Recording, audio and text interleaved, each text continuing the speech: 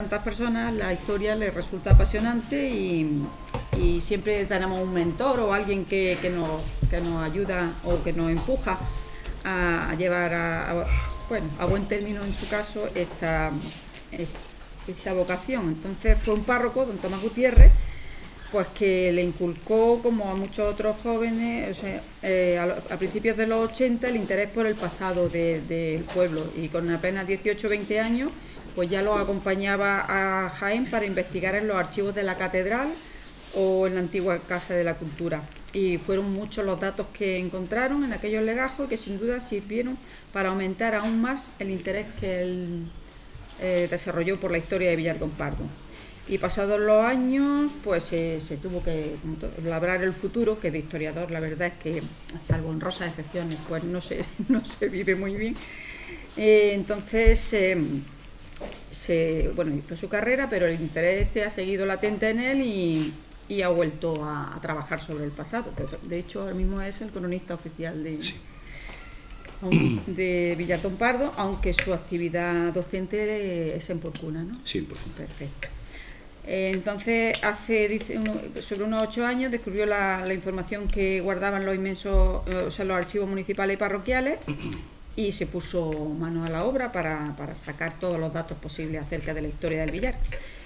Y bueno, pensaba él que se habían terminado ya, pero ha descubierto algunos documentos casi intactos que le han servido de aliciente para seguir investigando en pequeñas historias de esta ciudad, desde la gente humilde, personas anónimas, hasta protagonistas de la historia.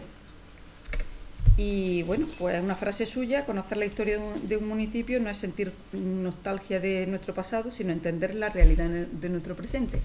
Entonces os dejo con él, que nos va a hablar sobre la Guerra de la Independencia. Sí, aquí en Villar Compardo. Aquí en Villar Compardo.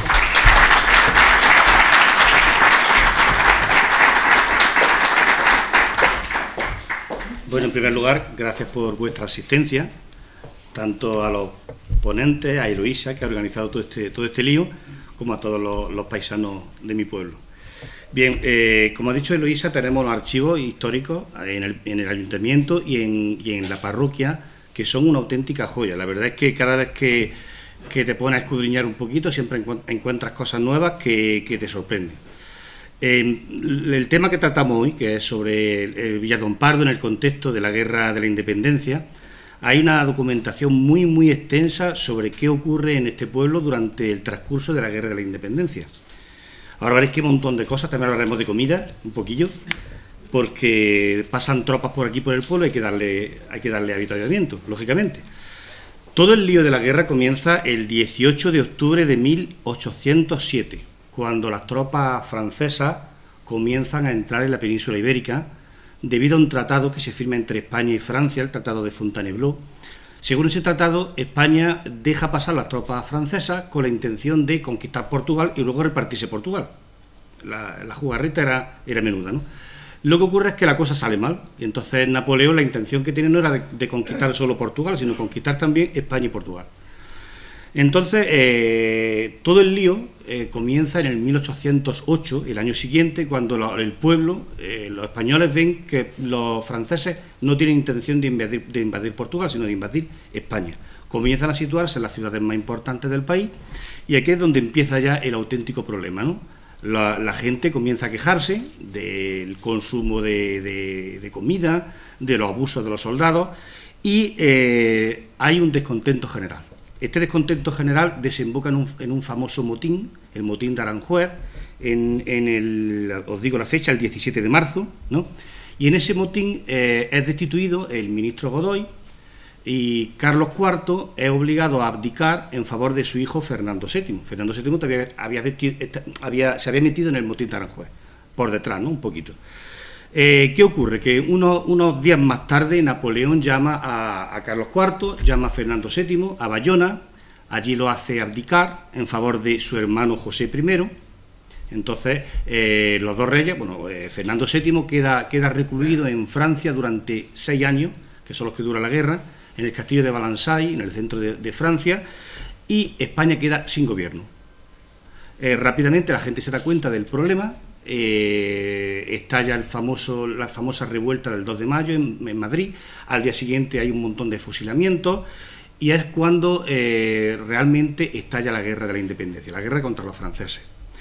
Bueno, ¿qué ocurre? Como España queda sin gobierno, rápidamente en las ciudades más importantes se forman las juntas provinciales, con las personas más notorias de cada pueblo, de cada ciudad, y estas juntas provinciales en un principio tienen cierto éxito, ¿no? Porque consiguen vencer a los franceses en la famosa batalla de Bailén y consiguen relegar el ejército francés al norte del río Ebro.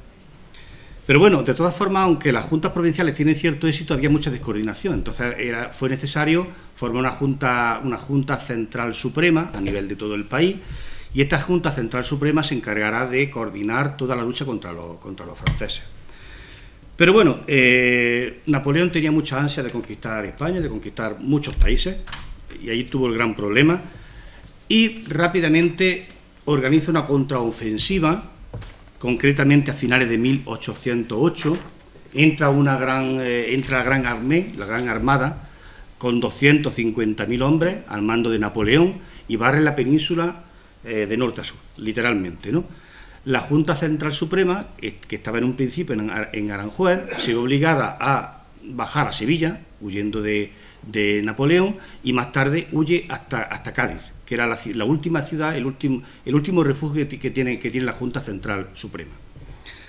La Junta Central Suprema se disuelve, concretamente en enero de 1810, da paso a la Junta de Regencia, y la Junta de Regencia convoca a las Cortes, las famosas Cortes de Cádiz, el 24 de septiembre de 1810, que se establecen en San Fernando, un pueblo que es muy cerquita de Cádiz. Antiguamente se llamaba la Isla de León. Bueno, pues estas Cortes son las que al final redactan la Constitución y la promulgan el día 19 de marzo de 1812, de ahí el nombre de la Pepa, ¿no? Bueno, ¿qué ocurre en Villardompardo en todas estas fases que hemos visto? Pues en el Ayuntamiento podemos observar perfectamente cómo cada etapa se ve reflejada en las actas capitulares, pero muy bien, muy bien, ¿eh? Empezamos con la primera etapa, que es la etapa en la que se acatan las órdenes de la Junta Central Suprema, ¿eh? Empezamos en 1808. En este momento, en este año, el conde de Villardompardo, como siempre, como hacía todos los años, manda un escrito al ayuntamiento nombrando los diferentes cargos del ayuntamiento. Se nombran 2 alcaldes ordinarios, Juan Gay de Oca, Diego de Ortega, 3 regidores, Francisco Gay, José de Rísquez y Juan de Murcia, 2 alcaldes del campo, Juan Gay Casado y Miguel Peragón, y apreciadores del terreno, Julián Becerra y Francisco García de Torres. Como veis, ya aparecen apellidos muy abundantes actualmente, no como otros años de antes, o nos remontamos a siglos anteriores, que aparecen apellidos que ya se han extinguido totalmente del pueblo, pero aquí ya vemos apellidos muy abundantes actualmente. Bueno, en las actas capitulares de 1808 no aparece ninguna referencia a la guerra, absolutamente ninguna, pero en el año siguiente ya aparecen referencias muy evidentes. A ver, aquí era esto. Sí. Bueno, en 1809, el conde de Villardompardo, no sé si leéis, ¿se puede leer ahí? Ahí pone el puerto de Santa María, en ese recuadro rojo, ¿lo veis? Bueno, el conde de Villardompardo manda el documento para nombrar los cargos concejiles, como todos los años, pero en lugar de mandarlo desde Madrid, lo manda desde el puerto de Santa María. ¿Por qué? Porque este señor, que era un absolutista convencido, estaba a favor de Fernando VII, ve el peligro que hay, los franceses, y automáticamente huye hacia el sur, huye hacia Cádiz. Allí establece su residencia, en el puerto de Santa María, y desde allí manda los documentos para nombrar los cargos concejiles en Villardompardo, ¿no? Bien, parece ser que el conde de Villardompardo parece ser que forma parte de la Junta Central Suprema, parece ser. Lo digo porque no aparece como conde de Villardompardo, ni aparece como marqués de Bélgida, aparece un tal marqués del Villar. No sé si se puede referir a él, porque no encuentro el nombre propio por ningún sitio, pero bueno, ahí está el documento. Más cosas que ocurren en este año, en 1809. Bueno, se nombran las milicias honradas. En todos los pueblos donde la guerra no le afectaba directamente, se nombra un grupo de personas encargadas de guardar el orden en cada pueblo. Aquí en Villardompardo se nombra al señor Patricio García como, Sí, como subteniente comandante de las 2 escuadras de milicia honrada. No se dice cuántas personas forman la milicia honrada en Villar don Pardo, lo que sí se dice es que en cada pueblo el número de personas que forman la milicia honrada iba en consonancia con la población. Sin duda eran pocas las personas que formarían las milicias honradas, ¿no? Aquí tenéis el uniforme que llevaban las milicias honradas de Lorca. Sin duda en Villar don Pardo no tendrían este uniforme tan lujoso, serían de otra manera, ¿no? Algo curioso es que las personas que formaban las milicias honradas tienen que ser personas que tuvieran posibles, que tuvieran sus tierras y dinero. ¿Por qué? Porque estas personas tienen que dedicarse en cuerpo y alma a estar todo el día patrullando por el término del pueblo y no puede permitirse el lujo un jornalero de formar estas milicias honradas. Además tienen que proporcionarse ellos mismos el uniforme, el caballo, los armamentos, todo.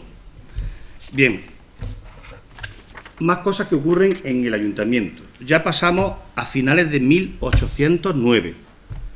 En este momento, el conde de Villar don Pardo vuelve a mandar el documento para nombrar los oficios del ayuntamiento para el año 1810. Fijaos como en este momento ya lo hace desde Cádiz, ¿lo veis? Arriba, en Cádiz. Este sería su escudo de armas. ¿Por qué lo hace desde Cádiz? Porque las tropas francesas estaban ya a punto de sitiar la ciudad. Y como él vivía en el puerto de Santa María, el ejército francés tenía intención de colocarse allí, en aquel pueblo, automáticamente todos los nobles que vivían en ese pueblo, en Puerto de Santa María, se trasladan a Cádiz, que es una ciudad mucho más segura. Y en ese año, pues, lo manda desde Cádiz, ¿vale? Bien, pasamos a la segunda etapa en la historia de Villar don Pardo, refiriéndonos a la Guerra de la Independencia. En esta segunda etapa ya tenemos la ocupación francesa en la provincia de Jaén. Concretamente, el 23 de enero de 1810, la ciudad de Jaén es tomada por las tropas francesas. Se establecen como su centro de operaciones el castillo de Santa Catalina, que al final terminan haciendo explotar el polvorín y lo dejan en mal estado, ¿no? Bueno, durante todo el año de 1810, aunque las autoridades francesas ya están establecidas en la provincia, se respetan los cargos concejiles que el conde había impuesto aquí en Villar don Pardo. Se respetan y los franceses no los quitan, los dejan ahí, durante todo el año de 1810. Bien, más cosas que ocurren en 1810, algo muy curioso, sería la ordenación territorial de la península, bueno, de España concretamente. El rey, José Bonaparte, ordena que el país quede dividido en 38 prefecturas. Como veis, la actual provincia de Jaén queda englobada en la prefectura del Guadalquivir Alto, con capital en Jaén. En la cabeza de cada prefectura había un señor prefecto, como un gobernador actual, ¿no? Este señor prefecto era el que mandaba todas las órdenes a todos los pueblos. Y aquí veremos cómo muchas veces interviene y manda orden a Villar don Pardo para que el ayuntamiento funcione de la manera que ellos creían adecuada. Sí, concretamente el día 4 de diciembre se da una orden para que se refleje toda la riqueza del pueblo de Villar don Pardo en reales, en dinero, contante y sonante. Entonces, hay un informe muy interesante en el que aparecen,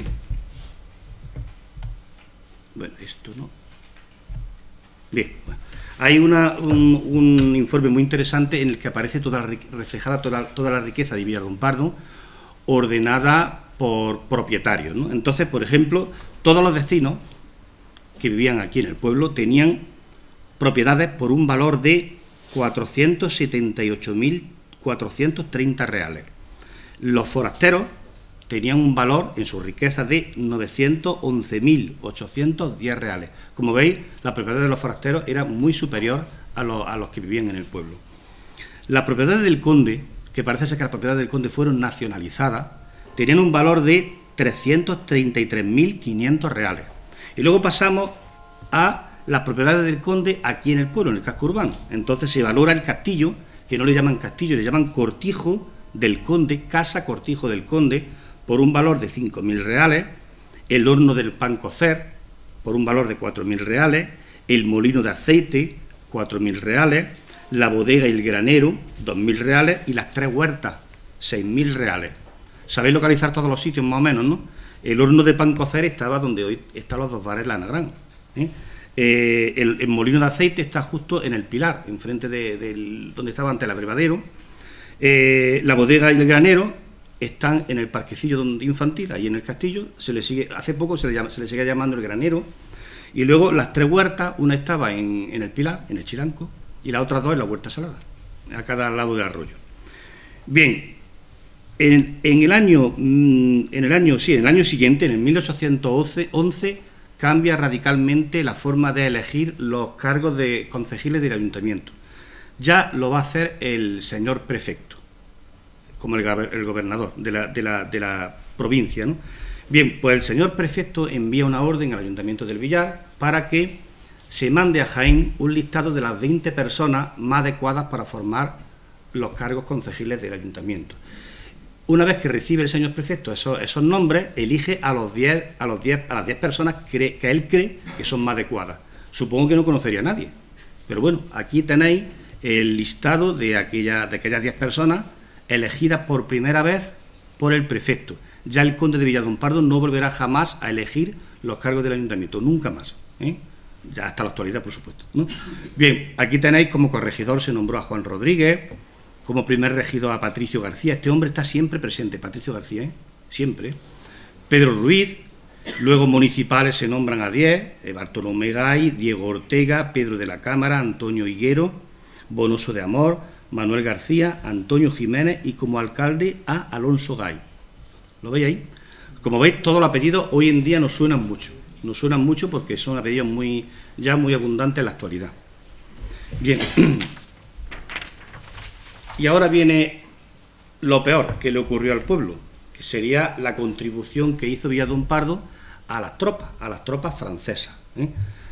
A ver si lo tengo aquí. Bueno, sí. ¿Veis cada párrafo separado por una línea, más o menos? Bueno, cada uno de los párrafos serían los recibos que tuvo que pagar el Ayuntamiento de Villalón-Pardo para la manutención de las tropas francesas. En total fueron 13 recibos por un valor de 42.961 reales. Era una cantidad tremenda para lo que era el pueblo. Es decir, lo sangraron totalmente. No solamente pagaron en dinero, también pagaron en especie. Por ejemplo, tuvieron que contribuir con 7 camas completas a Jaén. Contribuyeron con 15 fanegas de trigo, con 19 de cebada, con 4 arrobas, que no se dice de qué, con 15 libras de garbanzos, que enviaron a Andújar, y de Andújar lo enviaron a Sevilla, y para colmo de males, al final del año 1811, Villalón-Pardo se ve obligado a pagar todo el trigo que había en la tercia era un lugar donde se recaudaba el diezmo para la iglesia. Todo ese trigo tuvieron que sacarlo, mandarlo a Andújar y, más aún, tuvieron que pagar 1.729 reales a Andújar para que allí hicieran hornos, cocer el pan y enviarlo a las tropas francesas que estaban acantonadas en Sevilla. Es decir, con el pueblo hicieron, bueno, con el pueblo y con todos los pueblos, supongo yo, les sangraron todo lo que pudieron. Pero es que luego llegaron las tropas españolas y hicieron exactamente igual. Bien, en el 24 de noviembre, el señor prefecto de la provincia, bueno, de la provincia, a ver, sí, da la orden para que se renueven 5 cargos de los que hemos visto antes, de los 10 cargos que hemos visto antes, que se nombró para el año 1811, ahora se da la orden de que para el año 1812 salgan 5 personas y sean votadas otras 5 nuevas. ¿Quiénes eran los encargados de votar? Pues solamente aquellas personas de Villalón-Pardo que habían contribuido con paja y con trigo a las tropas francesas. Solamente podían votar esas personas. Bien, pasamos más cosillas. Sí, algo curioso que ocurre ya en 1812. A ver, todo esto es... Sí. Conocéis esta foto, ¿verdad? Os suena a casi todos los del pueblo os suena ese paisaje. Sería la deforestación de los montes y dehesas de Villalón-Pardo. No es la deforestación total, pero una buena parte sí. A ver, resulta que el Ayuntamiento de Villalón-Pardo, la Junta Municipal, pide al señor prefecto que se talen todas las encinas y chaparras que se encontraban en mal estado. Resulta que había una cantidad enorme de encinas que estaban ahonquilladas y llenas de escarcia. No sé muy bien lo que es. Parece ser que la escarcia es esa especie de serrín que le sale a la madera cuando las polillas se lo comen. Y ahonquillada creo que se refiere a las ramas desgajadas de la encina. Total, que había tal daño en tanta encina que era necesario cortar las viejas para que dejaran crecer a las nuevas. Entonces, resulta que en el Hoyo La Berea, suena todo el Hoyo La Berea, a todos, por lo menos del pueblo, en Barranco Rodrigo, que es Barrancón, en el Chaparral y en la dehesa de Yegua, más de la mitad de la encina estaban en esta situación. Entonces, el señor prefecto da la orden de que se recuenten todas las encinas que hay en los montes y dehesas del pueblo. Se nombran a 2 peritos del pueblo, concretamente a Alonso Gay y Manuel Becerra, para que hagan un recuento exhaustivo. En total recuentan 4.120 encinas, entre las buenas y las malas. Aprovechando la mala coyuntura de los montes, 2 carboneros, uno de Jaén y otro de Tordón-Jimeno, proponen al ayuntamiento pagarle 2.300 reales a cambio de cortar 100 encinas de la enferma para hacer carbón. Bien, total, se realiza la tala y el 3 de agosto de ese mismo año el prefecto da la orden de que de nuevo los señores peritos hagan un recuento de todas las encinas que se habían cortado.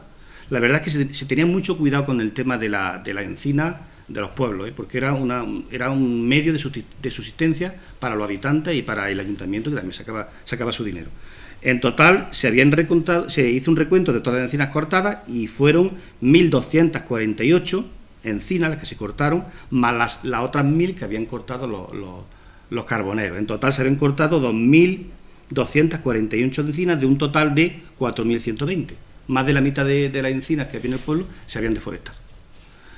Bueno, yo no sé si daré tiempo a que las encinas volvieran a crecer, pero ya a mediados del siglo XIX es cuando se lleva a cabo la desamortización de Mendizábal, se pone en venta el monte y las dehesas, y no creo que le diera mucho tiempo a crecer de nuevo la encina. Pero bueno, en este momento es cuando empieza la deforestación de todo aquello. Y como veis en la foto, parece que la zona aquella, la zona del monte y toda esa zona, aún se resiste un poquillo a desaparecer completamente. Aquí veis algunas encinas salteadas que se ven por ahí, porque son zonas de yeso y todo eso, y bueno, parece que se resiste a su pasado, ¿no? Bien, un caso de corrupción aparece en el pueblo, como ahora, ¿eh? Bueno, y pasará después. Bueno, este caso de corrupción, la verdad es que no se llega a desvelar qué ocurre, pero lo que pasa es que en julio de 1812 el señor prefecto de la provincia, que era Manuel de Echazarreta, todos los prefectos tenían nombres, apellidos vascos, no sé por qué. Bueno, pues este señor cesa de manera fulminante tanto al corregidor como a los 2 regidores, como al fiel de fechos de Villaldompardo.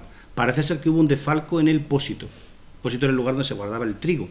Entonces, algo ocurrió, pero no llega a aclararse bien. La cuestión es que lo destituyó de manera fulminante. Bueno, pasamos a la tercera etapa en la historia de nuestro pueblo. Durante la Guerra de la Independencia, resulta que en septiembre de 1812 Jaén es liberado de las tropas francesas por el teniente coronel Antonio María Porta, y entonces desaparece la prefectura de Guadalquivir Alto, ¿no? Entonces entra en vigor la Constitución de 1812. Entonces ya entramos en una etapa nueva de esta época. ¿Qué ocurre? Que rápidamente son destituidos todos los cargos del ayuntamiento que habían sido nombrados por los franceses y comienzan a nombrarse todos los cargos concejiles según el decreto 163 del 23 de mayo de 1812. La forma de elegir los concejales era muy, muy complicada, pero por lo menos era democrática, siempre entre comillas, ¿eh? Ahora veréis por lo que digo democrática. En primer lugar, se hacía, es que es muy complicado de explicar, pero bueno, lo intentaré hacer de la forma más clara posible. Se elegían a 50 y... a ver, que os lo comente de una manera clara.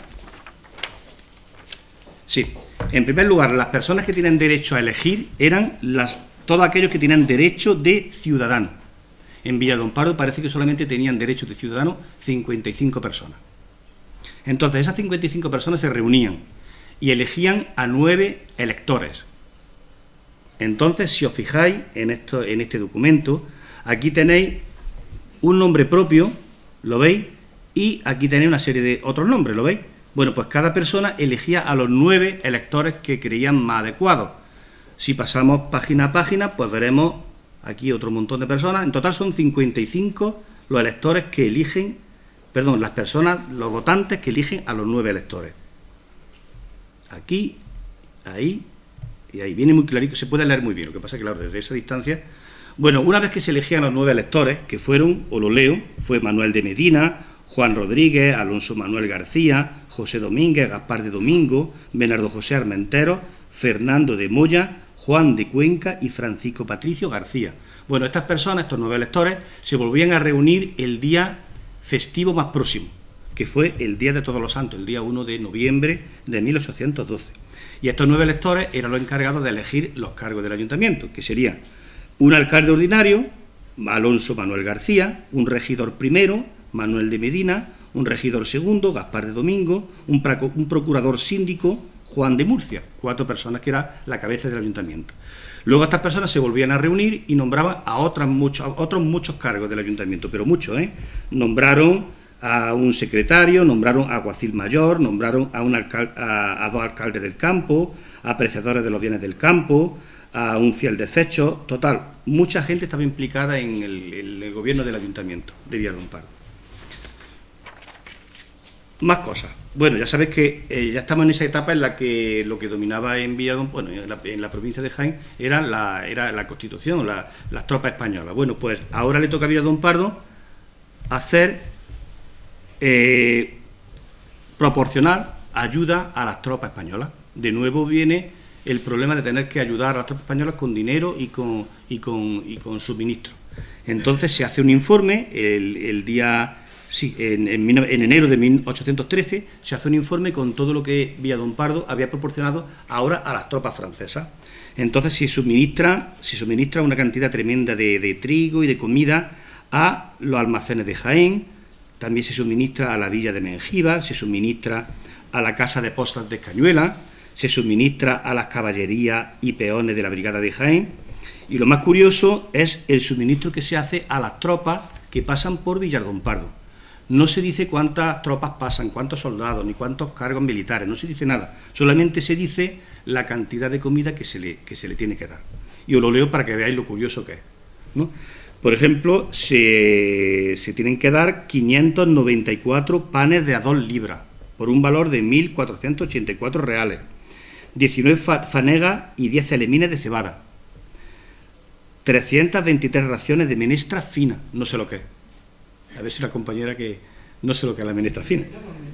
Luego, menestra de verduras, no lo sé. 3 arrobas de aceite por haber faltado carne y bacalado. Pone bacalado, ¿eh? Por un valor de 270 reales. También se le suministra a las tropas 143 raciones de aceite, 2 raciones de pan para 2 soldados ingleses que han pasado por aquí, 2 raciones de vino para los mismos soldados ingleses, gasto de 43 reales de vellón por 3 desertores, 171 cuartillos de vino por un valor de 371 reales, 375 libras de carne por un valor de 892 reales, y 3 reales y 24 maravedíes por 2 individuos en razón de etapa. En total, Villadomparo se tiene que desembolsar 14.595 reales. Comparado con lo de antes, 40 y tantos mil, la verdad es que las tropas españolas consumen menos, ¿no? Bueno, otra cosa muy graciosa que dice es que el vecindario de Villadomparo gustosamente había contribuido a ello. Eso de gustosamente es mentira, porque luego lo sufrió la población y ahora veréis al final cómo el número de muertes aumenta muchísimo en estos años. Bien, el ayuntamiento pues sigue funcionando lo mismo que anteriormente. Las personas con derecho a ciudadanía nombran los 9 electores. Lo que pasa es que en este año de 1813 para 1814, en lugar de haber 55 personas con derecho a ciudadanía, hay 44. Se nombran los 9 electores y de nuevo se nombra al alcalde, a los regidores y al síndico, que son personas distintas al año anterior, ¿eh? No vamos a nombrarlos de nuevo porque sería un poco pesado. Bien, por fin acaba la guerra, la gente estaba harta de guerra, estaba deseando de que volviera el rey, el famoso Fernando VII, el deseado, que luego no fue tan deseado. Pero, ¿qué ocurre cuando acaba la guerra? Pues Fernando VII por fin vuelve en marzo de 1814. En un principio no va a Madrid, se hace un poquito el longhi, por tal de no jurar la Constitución de 1812. Un grupo de diputados, de 69 diputados, le presenta un documento, este documento que históricamente se conoce como el Manifiesto de los Persas, para intentar convencer a Fernando VII de la derogación de las Cortes de Cádiz y de la Constitución de 1812. La verdad es que no tardó mucho tiempo en convencerse, rápidamente derogó las Cortes de Cádiz y la Constitución de 1812 y volvimos de nuevo al absolutismo total. Es decir, esta especie como de democracia, entre comillas, que esa oportunidad de democracia que tuvo todo el país, pues rápidamente se fumó cuando volvió Fernando VII. ¿Y qué hizo? Pues que el 30 de agosto de 1814 el Ayuntamiento de Villa Don Pardo se vuelve a reunir porque este señor, el rey, promulgó una cédula el 30 de julio, según la cual los ayuntamientos tienen que volver a los mismos cargos que tenían en 1808. Así que de nuevo se llaman a todos los cargos de aquel año, de 1808, concretamente se vuelven los alcaldes ordinarios como Juan Gay de Oca, Diego Ortega, diputados de Abasto Manuel José de Moya, Francisco Patricio García, es decir, todo el lío que se montó en la Guerra de la Independencia, toda esa intentona de constituir un ayuntamiento democrático, entre comillas, se pierde y se fuma totalmente. Bien, ¿qué consecuencias tiene todo esto para el pueblo? Pues aquí tenéis un gráfico en el que podemos ver las muertes, los fallecimientos. El otro día el señor párroco tuvo la deferencia de dejarme escudriñar aquí en los archivos del pueblo, y como veis, fijaos como en el año 1811, 1812 y 1813 hay muchísimas muertes, ahí lo veis las barras azules, debido a que se debió de pasar hambre, simplemente porque la cantidad de recursos que tuvo que emplear Villa Don Pardo a la manutención del ejército tanto francés como español fue muy por encima de sus posibilidades. Y bueno, esta sería la historia que yo os he contado y que continuaremos en otro momento. Muchas gracias.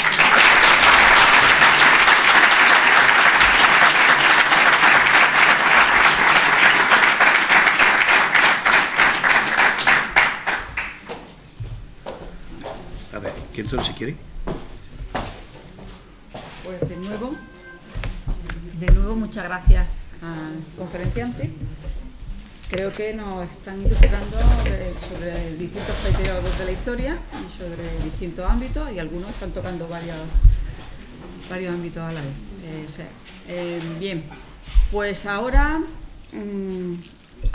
tenemos previsto un concurso de pintura, de dibujo infantil sobre el patrimonio del Villar, y lo que se ha hecho ha sido decir a los alumnos que ayer en el colegio pues hicieran los dibujos y hoy exponerlos aquí para que a continuación, no 55, pero sí un grupo de personas que podemos elegir, o si son voluntarios, se erijan en jurado y elijan por curso, un dibujo por curso. Para esta tarde proceder a la entrega de premios. Como nos queda un poquito tiempo, porque Carlos ha sido muy puntual, y yo había contado hasta las 1:30, pues si queréis podemos proceder ahora al concurso y luego ya pues nos veríamos esta tarde a las 6, que la intervención sería en principio la mía la primera, a continuación vendría Egidio, esta vez no va a hablar del corpus ni va a hablar de los altares, pero bueno, es interesante, y después a las 7 tenemos prevista la videoconferencia con La Rioja, y después ya tenemos las actividades complementarias que tenéis todos en el programa, ¿de acuerdo? Bueno, pues entonces ahora quien quiera quedarse, pues un grupo de 5.